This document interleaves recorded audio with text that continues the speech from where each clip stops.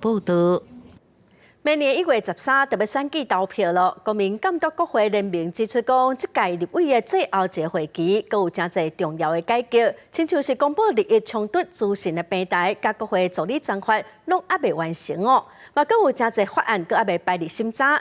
虽然顶礼拜已经有针对讲会期敢要提前结束来进行讨论，联名嘛表示讲因反对哦。伊嘛呼吁讲应该爱伫会期结束之前严格审查，来完成明年度的国家预算审议甲相关的改革。 本届立法院的最后会期，对各部会的质询、法案审查继续进行。看到2024大选瓦近，虽然朝野党团伫初次协商，敢是提前休会，无取得共识，不过这也互公这边烦恼。 因为也阁有真侪法案甲改革拢还未做完。明年度2024年的中央政府总预算2兆8818亿，只剩下2个礼拜的时间。我想请问立法院有办法依预算法的规定，在11月底前完成吗？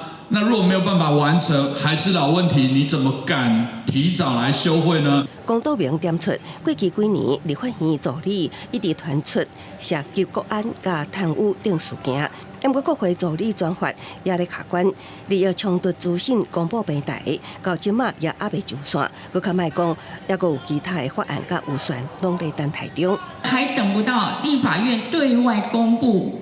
将已经完备的公开上网揭露资讯的平台，还未能对外公布。反渗透的问题啊，或者是这个国会议员啊赴大陆啊，访问啊，这个机密的这个保护的问题啊，有没有办法呢？把这些改革法案呢，通通能够如期完成？这一届提出来的法案呢，如果没有办法这个届期完成都将归零下一届重新开始。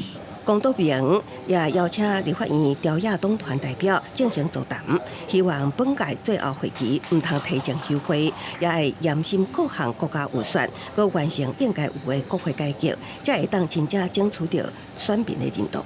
记者综合报道。为了